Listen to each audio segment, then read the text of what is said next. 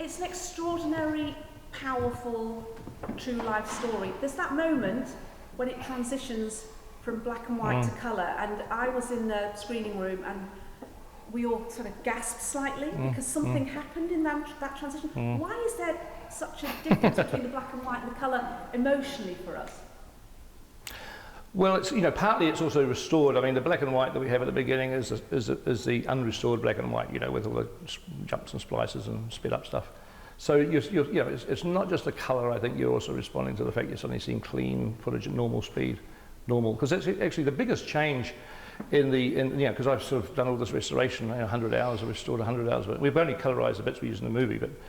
But to me, the biggest change is when you restore the black and white and you change the speed back to normal speed, you know, to today's speed for 24 frames a second. It's that speed change that does it. That's the magic formula in the whole thing, if you like. Once you change the speed to 24 frames a second and you do it well, which involves the computer having to make up frames in between, all sorts of stuff, very technical to do it properly. Once you do that, once everyone moves around at the right speed, they suddenly become human beings again. And the colour is a little bit of icing on the top. And I wanted to do the colour because I wanted it to, you know, the war to be shown as the soldiers saw it and experienced it, and they experienced it in colour, not in a black and white. So there wasn't really, I wasn't trying to be too gimmicky or clever with the colour. It was just like, well, we're trying to make a film that is about the human experience of the war, and with all this, you know, all the voiceover being from all the veterans. So black and white just wouldn't, you know, they didn't see it in black and white. So therefore, I mean it's got to be colour. There was no choice in the matter. So in doing that, we had to do we tried to make it good colour, you know. And the reality I realised with colorisation, which I've never done before, is that it's as good as the time you spend on it. You know, if we could spend more time, you'd do it better. It's just, you know, it rewards you. The more time you put into it, the better the result. It's all about detail. How do you even start knowing what someone's facial colour would have been? Well, you have to guess at the facial colour. But what we would do is we would get colour photos off the net of like a group of guys photographed in a football crowd or something. You know, like a crowd shot, or, you know, and you'd start to look at all the variations and colour in the faces and flush tones and stuff. And I've got a big collection of uniforms at home, you know, First World War uniforms, and so we had those always just hanging on the racks in the rooms that we were in.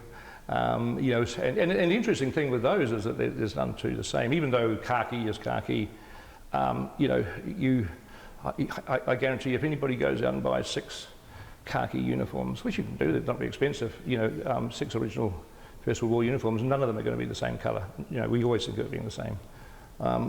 But then I also, last year I came over here all by myself and drove around France and Flanders all by myself in the car with a camera, and I just photographed a lot of landscapes, because I also just wanted the colour of the grass and the mud and the trees and everything else, because a lot of it's landscape, because obviously there's soldiers, but they're always standing in some form of landscape, and I didn't want those to be New Zealand, the colours of New Zealand. I wanted them to be the colours of, so I drove around and so I took thousands of photos of the landscapes around, just to have as a reference for us, yeah. What is your fascination, Peter, with the First World War?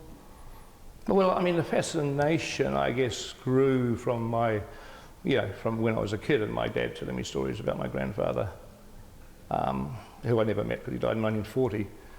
And, you know, on our bookshelf at home, I was the only child, and we didn't have, you know, a huge number of books. We didn't have a big library, a small house. But, you know, Dad used to go out and try and, you know, he used to buy books from the First World War because he was interested himself in his father's experience. And so, you know, being a kid, you just, you know, pluck those books off the shelf and read them. And they were just, so it was always part of my growing up, and it's, you know, and I, in a way, part of the fascination I had with the First World War, it was an utterly pointless war, in that sense. And so, because it was a pointless war, it's all about the people that were in it. Is how did these people actually cope with this thing? Because not one soldier on the Western Front, I guarantee you, not one soldier could sit down and really explain in political terms what was important about fighting the war, what was important about beating the Germans. I mean, on one level, the Germans had walked into Belgium or France, and they weren't really allowed to do that. That was a very bad thing to do, and so they shouldn't be there. They should be back home. Certainly, they should have said, well, you know, we can't have these Germans who've invaded France and Belgium. That's about as deep as they could have gone. They didn't really know why they were fighting this war. Had no idea. There's a family connection, obviously, as well. Yeah. I'm sure he didn't know why he was fighting the war either.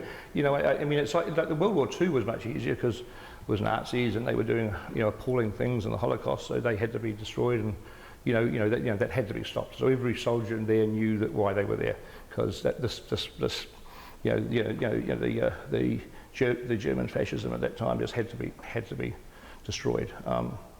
But First World War didn't have that. It wasn't a war of hatred either, which is another thing that was actually really interesting from all the audio documentaries. Is the British soldiers did not hate they didn't hate the Germans. They regarded them as being victims of their government, the same as them.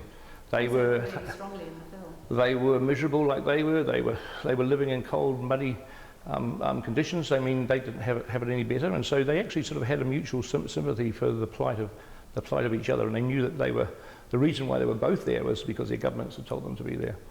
That on a normal level, you know, Germany and Britain didn't regard themselves as being enemies. In fact, they actually weren't natural. I mean, Britain and Germany had been allies for a long time, hundreds of years, and it was actually very unusual that Britain and Germany would be fighting each other, and the soldiers felt that. What you've given us is 90 minutes, but as you say, you know, many more hours of footage you've looked through. I can only imagine that must have been actually really harrowing. Well, look, I mean, some of the most harrowing stuff we try to use is very little combat footage that was filmed. You know, like actual kind of anything that looks like actual real combat. No. What I found difficult was to limit it, and it was really something we had to do. I mean, you know, we don't cover anything of the air war.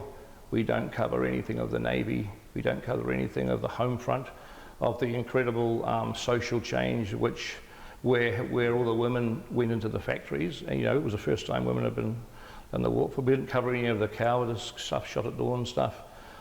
We didn't cover any of the nursing side of it. We didn't cover really much of the Empire contribution in the sense of the, you know, all the different troops from around the Empire, particularly. I mean, even though there's shots of them, we didn't, you know, it was largely because the brief that I had was to use Imperial War Museum footage and to use the audio from the IWM and the BBC. I mean, back in New Zealand, we have vast audio archives of New Zealand veterans, and I'm sure all countries do, but we were sort of told to limit it ourselves to this. So I made this decision early on that I really just had to make it just about the British infantry soldier on the Western Front. I mean, we don't cover any of the Palestine conflict or Gallipoli or anything else. I mean, there's so much we don't cover, and that, you know, hopefully other documentaries might spur others, might.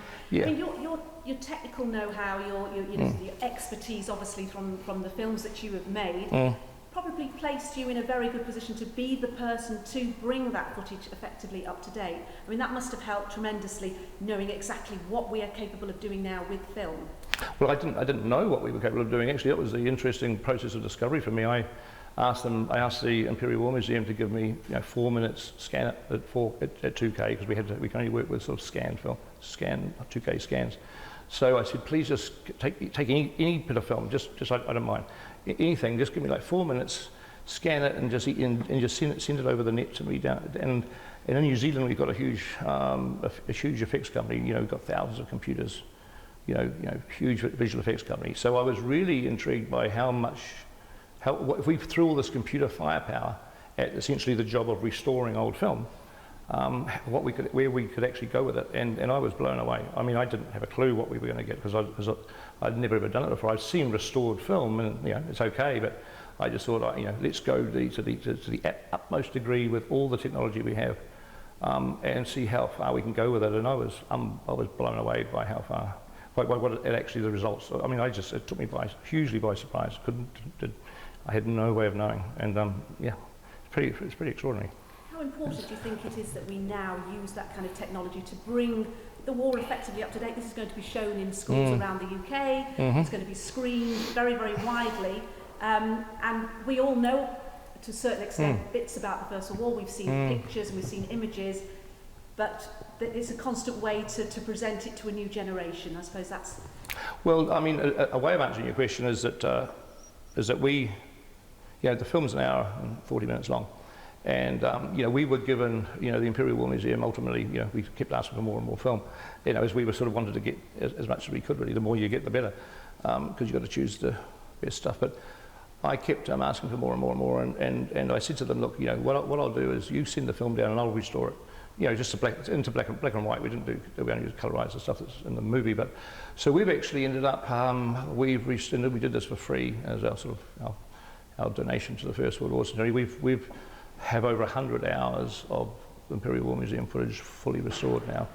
So I'm hoping that all the documentaries I'm going to see for the rest of my life are going to have our great restored footage in. And we're happy to keep doing it.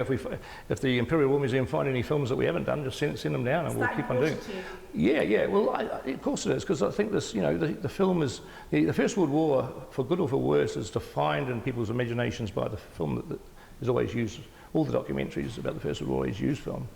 And it looks bloody awful, you know, for obvious reasons. It's, there were very technical, you know, it was technical limitations, and also plus 100 years of age of shrinkage and duplication and scratches and all sorts of stuff that, you know, was not even there at the time it was shot. So I think it's, you know, the best thing the best gift that I can give at the moment, apart from this movie, is to restore footage. So I've said to the IWM, you find any more footage, send it down and I'll restore it. Because we've got our restoration down to such a fine art now, we can tune it, we can put it through in our spare time, you know, when the guys aren't doing anything at work, I'll just push this film through. And because I like seeing it too. Every reel of film that we restore, I'm just amazed and stunned and feel sort of privileged at seeing it. So, you know, so the archive here in the museum hopefully now will have a massive amount of restored footage for people to use in the future. Fantastic, thank you. Thank you.